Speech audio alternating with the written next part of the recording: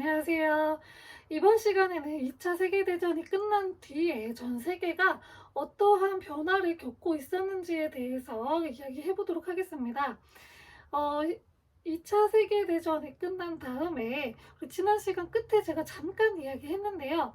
이 세계는 자본주의 진영, 이제 미국을 중심으로 한 자본주의 진영, 그리고 소련을 중심으로 한 공산주의 진영으로 크게 두 개로 나뉘어서 갈라져 있었던 상태였어요.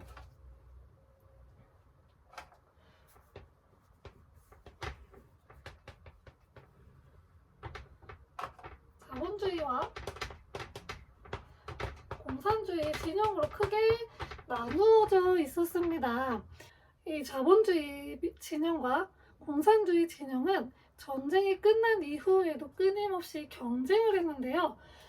서로 이제 군사 경쟁도 하고, 그래서 핵무기를 주로 이제 개발을 했고, 그리고 우주 전쟁이 있었어요. 누가 먼저 우주에 가나. 그러니까 우주에 사람을 보낼 수 있다는 것 자체가 기술이 굉장히 발전을 했다는 이야기이기 때문에 이 우주 기술의 발달을 놓고서도 엄청난 경쟁을 했어요. 그래가지고 일단 소련이 먼저 사람을 우주에 보내서 지구 한 바퀴를 돌고 왔잖아요.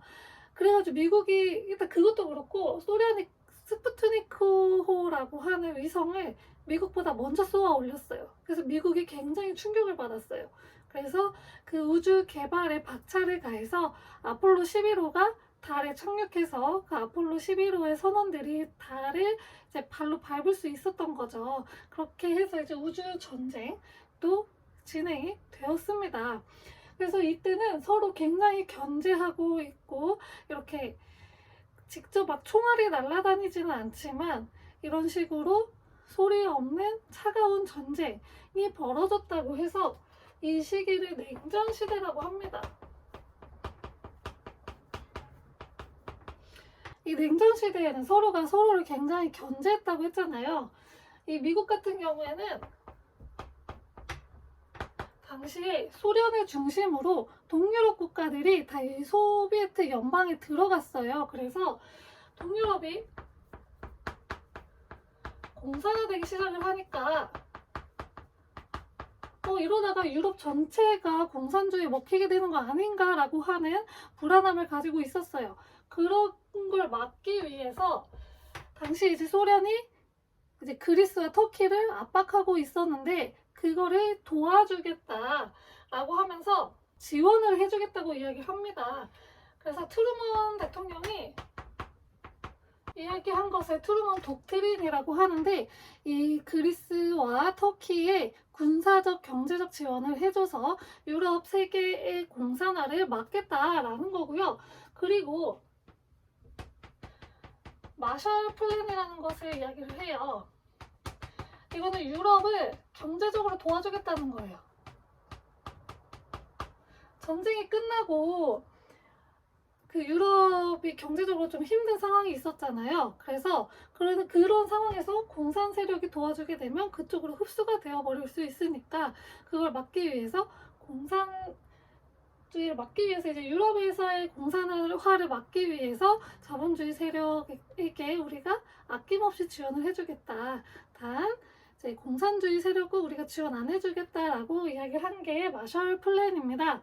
자, 이 미국의 이런 공세에 맞서서 소련 또한 공산주의 세력을 집결하기 위해서 이 대응에서 여러 가지를 하는데, 코민포럼이라는 걸 만들어요. 이거 이제 국제적인 조직이에요. 공산주의 조직. 국제적인 공산주의 조직이고, 그리고 이 마샬 플랜에 대응하기 위해서 코미콘이라는 것을 만듭니다. 그래서 우리도 공산주의 국가들 경제적으로 지원해주겠다고 이야기를 해요. 자, 그리고 여기서 뭘 하냐? 이 미국을 중심으로 해서 북대서양 그 기구를 만들어요. 나토, 네이토라고 하는 북대서양 그 군사적 그 연합을 만드는데, 요거에 대응해서 소련 같은 경우에는 바르샤바 조약기구라는 것을 만들어요. 지금 그 국제보건기구가 WTO거든요. 근데 그거랑은 다른 거니까 헷갈리시면 안 되고, 바르샤바 연합을 만들어서 네, 자본주의 진영의 그런 연합에 또 대응을 하기도 했습니다. 이런 식으로 서로 견제하고 하면서 냉전이 점점 심화되는 양상을 보여요. 그 냉전이 심화되는 양상을 보여주는 대표적인 몇 가지 사건들이 있습니다.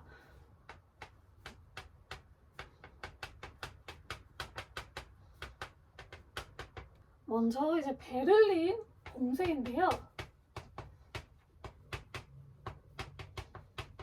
이 베를린은 독일의 수도죠. 독일의 수도가 전쟁이 끝난 다음에 독일이 이제 전쟁의 전범국이었잖아요.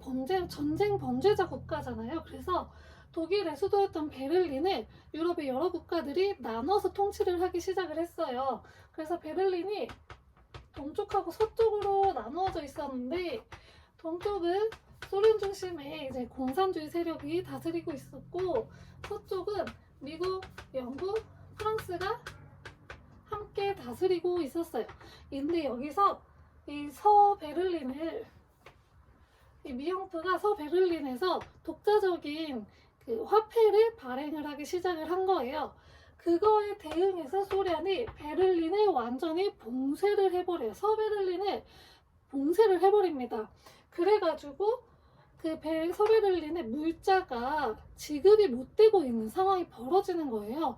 그래서 거기서 이제 뭐 음식이라든지 여러 가지 원료라든지 이런 물자가 조달이 안 돼서 비행기를 통해서 위에서 이제 투하해주는 그런 식으로 공급을 해주기도 했다고 합니다.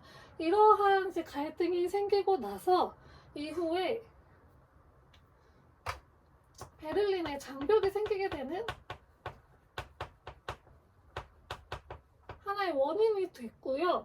그래서 이 베를린이 동서로 완벽하게 이제 분리가 되는 그런 상황이 오게 되었습니다.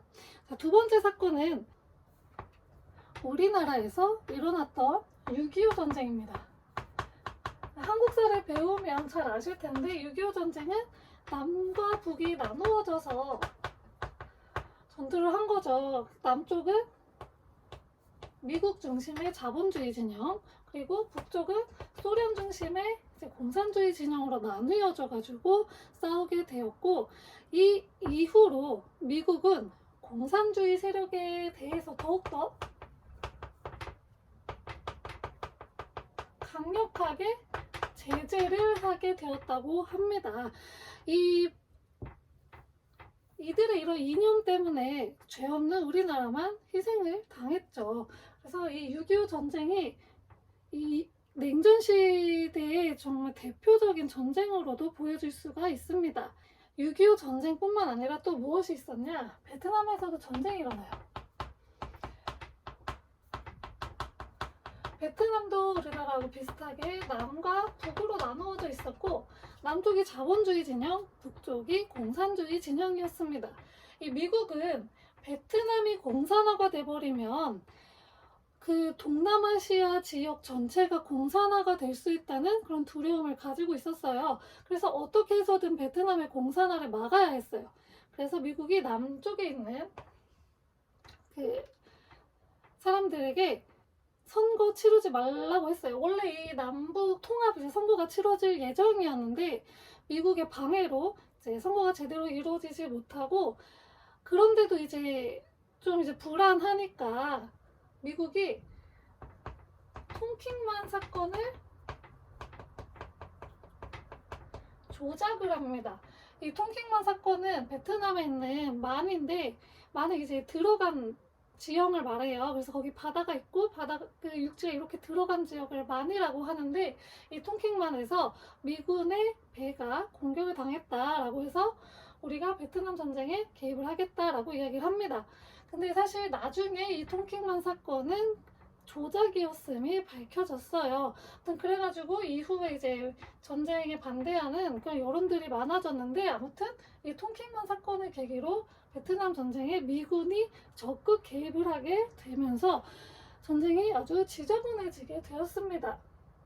자, 이 냉전의 심화 중에 결정타가 뭐냐면 쿠바 미사일 위기예요.